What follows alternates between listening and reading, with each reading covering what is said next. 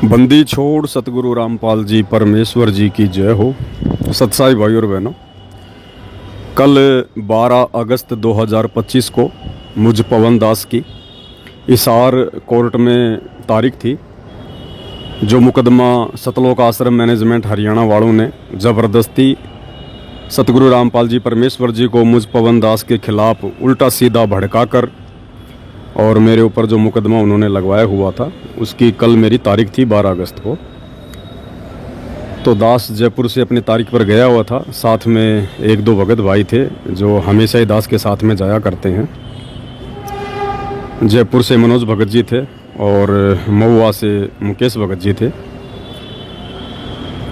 तो रात को हम जयपुर से निकले, सुबह हम टाइम पर वहाँ पहुँच गए। कोर्ट में जाने से पहले जेल पड़ती है जहाँ पे परमपिता परमेश्वर जी बैठे हुए हैं। हमने वहाँ गुरुदेव भगवान को दंडवत प्रणाम किया। उसके बाद हम कोर्ट में चले गए। 10 बजे हम कोर्ट में पहुँच गए और जैसे हम कोर्ट में गए तो हमारा जो वकील है, उसका जो मुंशी है, उसने बताया कि ये जो आश्रम वाले हैं ये तुम्हारे साथ में समझौता करना चाहते हैं, कॉम्प्रोमाइज़ करना चाहते हैं ये।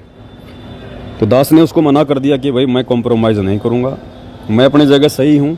कॉम्प्रोमाइज़ वो करे जिसको अपनी गलती का एहसास हुआ हो, जिसने गलत मुकदमा किया हो, गलत जिसने मेरे ऊपर ये गवाहियाँ दी हों, उन लोगों को आवश्यकता है कॉम्प्रोमाइज़ करने की। और कॉम्प्रोमाइज़ भी अगर होना है तो मेरे ऊपर सतगुरु रामपाल जी ने मुकदमा किया है, तो भाई सतगुरु रामपाल जी से मेरी मुलाकात हो तब जाके कोई बात बने। तो दास ने मना कर दिया। मना करने के बाद इनकी आपस में बात हुई होगी, क्योंकि हिसार कोर्ट में जो वकील वगैरह हैं वो सब इन सतलोक आश्रम वालों के ही हैं, झूठ मूठ के भगत भी हैं वो। तो कल जो है गवाही थी जिसमें चांद्राठी जो इनका मीडिया प्रभारी है, जो गवाह है उस मुकदमे में, तो कल उसने मेरे खिलाफ उसने गवाहियाँ देनी थी, लेकिन वो गवाही देने से शायद वो बच रहा है कि ये किसी प्रकार से समझौता कर ले ये पवन दास। तो दास ने मना कर दिया। मना कर दिया तो भाई और बहनों, फिर इन्होंने गुंडों की फौज बुला ली। कम से कम 20 भगत इन्होंने बुलाए और उन 20 भगतों का जो मुखिया था वो बसंत सैनी था, गांव गांधरा, जिला रोहतक वाला। हमें इन बातों का नहीं पता था, बाद में पता चला। तो दास को मालूम था कि भाई अब ये लेट करेंगे, जब तक कोर्ट का समय होगा तब तक ये लोग लेट करेंगे। तो हम तीनों भगत भाई वहाँ बैठ गए कोर्ट के सामने और परमात्मा के सुमिरन में ध्यान लगा दिया। 2 घंटे दास ने तो आंखें नहीं खोली, बैठकर बेंच पर परमात्मा का सतनाम का सुमिरन किया। वो भगत भाई भी अपना सुमिरन करने लगे। दास सुमिरन कर रहा था तो लगभग 2 घंटे बाद में दास के सामने आकर किसी ने आवाज़ लगाई कि भाई पवन दास है। तो दास ने धीरे से आंखें खोली तो सामने जो है पुलिस वाले खड़े हुए थे। मैंने उनसे सत्साहिब किया, राम राम करी। उन्होंने कहा भाई आपके खिलाफ़ शिकायत है। मैंने कहा जी किस चीज़ की शिकायत है? बोला कि बहादुरगढ़ से मैं आया हूँ, बहादुरगढ़ पुलिस स्टेशन से, और आपने जो परशुराम जी के खिलाफ़ जो कुछ कहे थे, जो शब्द वगैरह, परशुराम की जयंती पर आपने कोई वीडियो बनाया था, उसके खिलाफ़ हमारे पास में शिकायत थी। हम जयपुर भी जाके आए थे, लेकिन जयपुर आप हमें मिल नहीं पाए। 2 दिन हम वहाँ घूमते रहे और अब आपने बहादुरगढ़ कोर्ट में चलना है, वहाँ थाने में चलना आपने। तो मैंने कहा जी चलो कोई दिक्कत नहीं है। मैंने कहा हम ना कोई डकैत हैं ना कोई लुटेरे हैं, कोई दिक्कत नहीं है, आप चलिएगा। और मैंने जो भी कहा मेरे होशो हवास में कहा।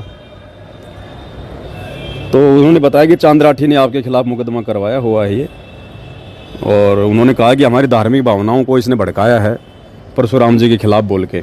तो मैंने कहा जी ये चांद्राठी तो जाट समाज से है और परशुराम जी तो ब्राह्मण समाज के देवता हैं, फिर इनकी भावनाएं कैसे भड़क गई? बोला ये हमें नहीं पता। तो मैंने कहा साहब अभी तो मेरी तारीख है, अभी यहाँ मेरी तारीख तो पूरी होने दो, अन्यथा फिर मेरी ये लोग अब्सेंट लगवा देंगे, मेरे खिलाफ़ फिर वारंट निकलवाएंगे। तो उन्होंने कहा ठीक है भाई।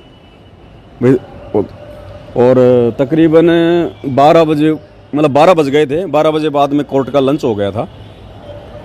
तो उन्होंने कहा कि अब आप ऐसा करो, 1 घंटे की कोर्ट की छुट्टी है, तो तब तक हम कहीं साइड वाइड में बैठकर लिखा पढ़ी कर लेते हैं। मैंने कहा जी चलो। तो पुलिस वालों के साथ में मैं पवन दास और साथ में दोनों भगत भाई हम कोर्ट से बाहर निकल कर आ गए। एक पेट्रोल पंप था, वहाँ पर उन्होंने अपनी गाड़ी खड़ी कर रखी थी। तो दास ने दोनों भगतों को कहा कि भगत जी आप क्या करोगे, मैं इनके साथ में जाता हूँ और कहीं आसपास में बैठकर ये रिपोर्ट वगैरह लिखेंगे, मैं लिखवा देता हूँ, कोई दिक्कत नहीं, अपन तो भगवान भरोसे हैं, चाहे कहीं ले जाओ, कोई ले जाओ, अपने को तो मर्यादा में है, भक्ति कर रहे हैं तो गुरुजी रक्षक हैं। ये कहकर दास ने उन दोनों भगत भाई बहनों को वहीं छोड़ दिया कि तुम जाओ कोर्ट में वापस, और घंटे भर बाद में हम लोग वापस आएंगे, फिर मेरी तारीख लग जाएगी, फिर मैं तो इनके साथ चला जाऊँगा बहादुरगढ़ थाने में, आप लोग अपना जयपुर चले जाना। बोला ठीक है। तो मैं उन पुलिस वालों के साथ में वहाँ से पेट्रोल पंप से निकला और वहाँ पर तकरीबन ये 20 गुंडे सतलोक आश्रम वाले सारनामी वहाँ खड़े हुए थे, सारा सब कुछ देख रहे थे, वो हमारा पीछा कर रहे थे। और जैसे मैं उन पुलिस वालों के साथ में निकला, पीछे से इन्होंने अपने जो भगत जी थे दोनों, जो वापस कोर्ट की तरफ जा रहे थे, उन्होंने कहा कि सतसाई भगत जी, अब ये भी बेचारे भगत ही थे, अब ये क्या करें बताओ, कोई मालूम थोड़े था इन बातों का कि ऐसे धोखा हो जाएगा। इन्होंने भी किया भाई सतसाहिब करते ही उन्होंने इन दोनों को मारना पीटना शुरू कर दिया पेट्रोल पंप पर बुरी तरह से। 8-10 लोग तो मुकेश भगत जी के लग गए, 8-10 लोग मनोज भगत जी के लग गए। रोड पर इनको आड़ा पटक लिया और इनको लात घूंसों से, जूतों से इनको वहाँ मारने लगे बुरी तरह से। बाद में लोगों ने बताया वहाँ चोट के निशान भी हैं इनके पूरे। और फिर बाद में वहाँ पर थोड़ा भीड़ इकट्ठा हुई, तो लोगों ने कहा भाई क्यों मार रहे हो, क्यों पीट रहे हो तुम इनको। तो इन लोगों ने क्या किया था भाई और बहनों, साथ में एक लड़की लेके आए थे। ये वो लड़की कह रही थी कि ये जो है ना, ये मेरे को छेड़ते हैं और काफ़ी समय से मेरे को छेड़ रहे हैं ये दोनों। तो बाकी देखने वाले लोगों ने कहा कि ये भाई देखने में तो ऐसे नहीं लगते बेचारे कि ये तुम्हें छेड़ते होंगे, लेकिन वो किराए की लड़की पकड़ के लाए थे, या पता नहीं हमारी कोई गुरु बहन होगी जो इन आश्रमों से जुड़ी है। बोला ये मुझे छेड़ते हैं दोनों। तो फिर इतने में वहाँ पर कोई पुलिस वाला आ जाता है और ये लोग लेके अपनी गाड़ियाँ वहाँ से भाग लेते हैं। फिर मुकेश भगत जी ने मुझे फ़ोन किया कि भगत जी ऐसे ऐसे हमारे साथ में मारपिटाई हो गई है। मैंने उस पुलिस वाले को कहा कि भाई देखो, ऐसे हम जिनको छोड़ के आए थे वहाँ पेट्रोल पंप पर, उनके साथ मारपिटाई हो गई है। तो वापस आया वो पुलिस वाला मुझे लेके, बोला लिखा पढ़ी बाद में करेंगे। वापस आया तो ये बेचारे लंगड़ाते हुए चल रहे थे। ये वापस भाग गए कोर्ट में डर के मारे कि भाई ये तो नालायक आदमी है, दोबारा मारेंगे ये, इनका कोई दीन धर्म तो है नहीं, खाली नाम है ये भगत और कुछ नहीं है। तो वापस आ गए। फिर इन्होंने सारी राम कहानी बताई कि भगत जी ये पूरा का पूरा जो षड्यंत्र है, ये आपके मर्डर की प्लानिंग थी, ये पूरा षड्यंत्र। क्योंकि आपने सुबह इन लोगों से कॉम्प्रोमाइज़ करने के लिए मना कर दिया था। मना करने के बाद में फिर इन्होंने पूरी ये प्लानिंग रची कि कैसे इसको और जो है इसको फंसाया जाए ताकि ये कोर्ट में ना आए।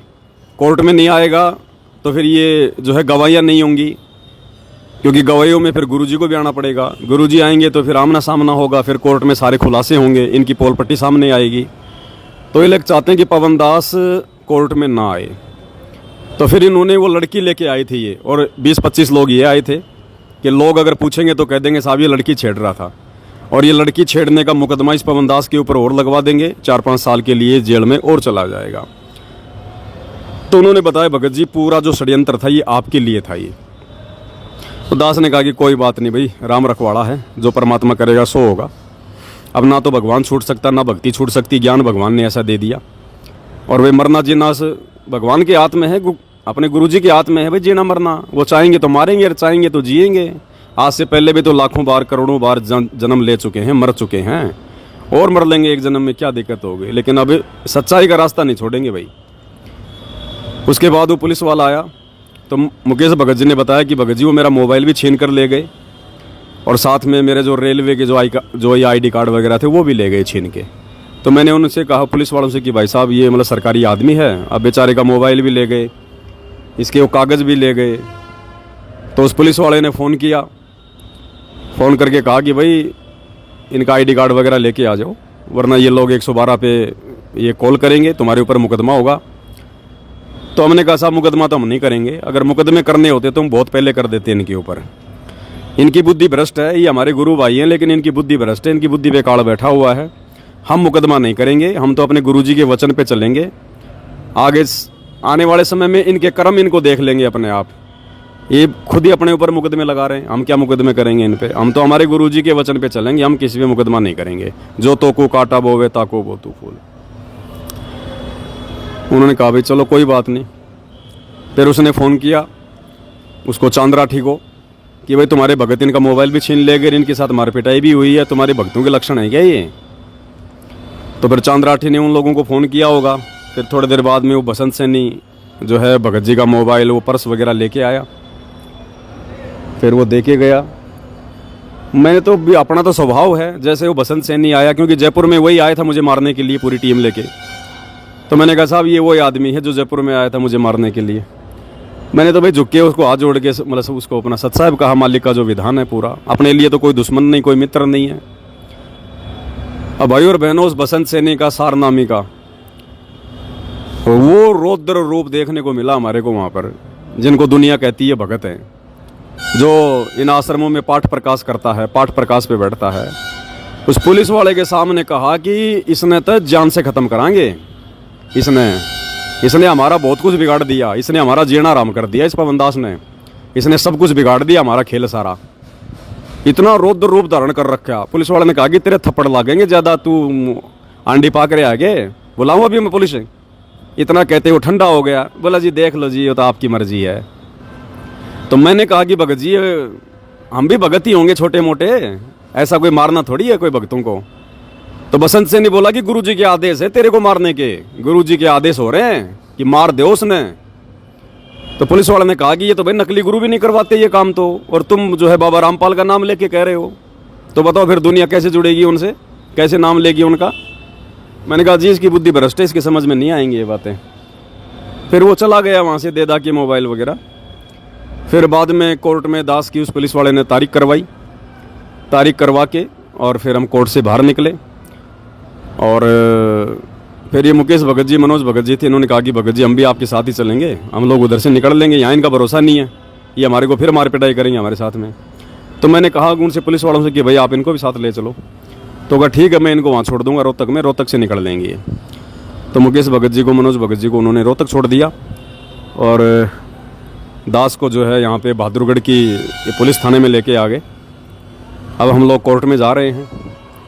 अब आगे देखो परमात्मा की मर्जी है भाई और बहनों। वैसे तो इसमें 4 साल की सज़ा है। अब ये कोर्ट में लेके जा रहे हैं। अब आगे अपने गुरुदेव भगवान की रजा, उनकी मर्जी परमात्मा की, परमात्मा फ्री करवाएंगे या फिर जेल भेजेंगे, जैसी परमात्मा की मर्जी। हमने तो उनकी रजा में राजी रहना है। सुमरन अपना कोई छीन नहीं सकता है। मार पिटाई होती है तो अपने कोई कर्म कट रहे हैं। हर तरीके से अपने दोनों हाथों में लड्डू हैं भाई और बहनों। और बस मेरा तो आप सभी भाई बहनों से यही निवेदन है, यही प्रार्थना है। सत का मार्ग है और इस सत के मार्ग में आने वाले समय में ना जाने कैसी कैसी अग्नि परीक्षाएं हमें देनी पड़ेंगी, क्योंकि गुरुजी कहते हैं ना बच्चों तुम्हारी अग्नि परीक्षा है। तो ये सत्सयुगों की अग्नि परीक्षा, आश्रम वालों की नहीं है, वो तो आग के आसपास भी नहीं है। तो ये अग्नि परीक्षा हम सत्सयुगों की चल रही है भाई और बहनों। और किसी भाई बहन ने कोई चिंता करने की जरूरत नहीं है। अगर चिंता करनी है तो केवल गुरुजी के मंत्र की भक्ति की। देखो भाई और बहनों कैसे परमात्मा खेल खेलता है। गुरुजी पल पल साथ हैं। कल अगर वो पुलिस वाला अगर बहादुरगढ़ कोर्ट से मुझे लेने नहीं आता, जबकि मुकदमा हुए तो काफ़ी टाइम हो गया, वो कल ही क्यों आया? क्योंकि कल इन लोगों ने पूरा षड्यंत्र रचा हुआ था मुझ पवनदास को जान से मारने का। पूरा षड्यंत्र कि जान से नहीं मरेगा तो वो लड़की का मुकदमा लगा देंगे, इसको जेल में डालेंगे। मालिक को पता था कि ये मारेंगे इस बच्चे को। परमात्मा ने उस पुलिस वाले को भेज दिया उधर से, दास का सिक्योरिटी गार्ड बना के उस पुलिस वाले को भेजा भगवान ने। वो मुकदमा भाई और बहनों को ऐसे नहीं लगा, परमात्मा ने दया कर रखी है। अगर कल परमात्मा उस पुलिस वाले को ना भेजते तो भाई और बहनों कल ये इस दास को शायद छोड़ते भी नहीं है लोग। इतना विकराल रूप धारण करके पूरा कोर्ट इन्होंने घेर रखा था। और मालिक ने उस पुलिस वाले को भेजा और अपनी गाड़ी में बैठा के मेरे को यहाँ पे बहादुरगढ़ लेके आया। अब ठीक है, आगे की न्याय प्रणाली है, वो क्या करेंगे क्या नहीं करेंगे वो तो मालिक की मौज है, परमात्मा की मर्जी। अपने तो भजन करना, भजन अपना कोई ना कोई जेल में छीन सकता, ना कोई बाहर छीन सकता है। और यही सबसे बड़ा धन है अपना। बाकी ये संघर्ष है भाई और बहनों। भगवान आप और हमारे लिए हमारा भगवान पिछले 10-12 साल से हिसार जेल में बैठा हुआ है। आप और हम नालायक तो क्या संघर्ष कर रहे हैं? कुछ भी नहीं कर रहे भाई और बहनों। हमारा तो अगर शरीर का अंग अंग भी काट दिया जाए मंसूर की तरह तो भी भाई और बहन हम तो कुछ भी परीक्षा नहीं दे रहे, कुछ भी नहीं दे रहे। इसमें तो हमारा भला उल्टा, हमारा भला ही हो रहा है ये उल्टा। तो आप सभी आत्माओं से प्रार्थना है भाई और बहनों, परमात्मा पे दृढ़ विश्वास रखें। किसी भगत को देख के बिल्कुल भी नहीं चलना है। ये ज्ञान आधार का मार्ग है, परमात्मा ने रास्ता सबको दिखा रखा है। बाकी आपस में मिलजुल के रहो, कोई दिक्कत नहीं है। भगवान का मार्ग है, प्यार प्रेम से रहना है। नफरत मुजदास की इन आश्रम वालों से भी नहीं है, क्योंकि हमने अगर नफरत पाड़ ली तो परमात्मा का विधान टूट जाएगा। फिर एक मित्र एक शत्रु है, भूल पड़ी रे प्राण, यम के नगरी जाएगा शब्द हमारा मान। और कबीर खड़ा बाजार में मांगे सबकी खैर, ना काहूं से दोस्ती ना काहूं से बैर। ये भले हमें अपना दुश्मन समझ रहे हैं, कोई दिक्कत नहीं है, समझो, मारो पीटो कुछ भी करो, हमारे बाप को नहीं छोड़ा इस लोक में, हमें कौन छोड़ेगा। लेकिन हमने इनको अपना भाई समझना है, अपना मित्र समझना है। हमारे मन में कोई दोष कोई द्वेष इनके प्रति नहीं होना चाहिए, बिल्कुल भूल के भी, नहीं तो फिर हमारा आत्म कल्याण नहीं होगा। और आत्म कल्याण नहीं हुआ फिर क्या फायदा, फिर ये जेल जाने का, मार पिटाई खाने का, ये कष्ट भोगने का, फिर क्या फायदा जब मोक्ष नहीं हुआ। तो जब इतना सब कुछ कर रहे हैं तो आगे भी करेंगे परमात्मा की दया से, भगवान करवाएगा, हिम्मत देगा गुरुजी साथ में तो सब कुछ है भाई और बहनों, कोई दिक्कत नहीं है, मालिक साथ में। बस ये मार्ग ना छोड़ना भाई और बहनों, और कुछ नहीं है। द्वार धनी के पड़े रहो, धक्के धनी के खाओ, शो काल जग जोड़ ही द्वार छोड़ ना जाओ। बस ये छोटा सा संदेशा था। आगे परमात्मा दया करेंगे तो दास आपके सामने उपस्थित होगा मालिक की सेवा में, सतगुरु महिमा में, नहीं तो फिर जेल में करेंगे सतगुरु की महिमा, बैठ के परमात्मा का सुमरण करेंगे। बंदी छोड़ सतगुरु रामपाल जी भगवान की जय हो।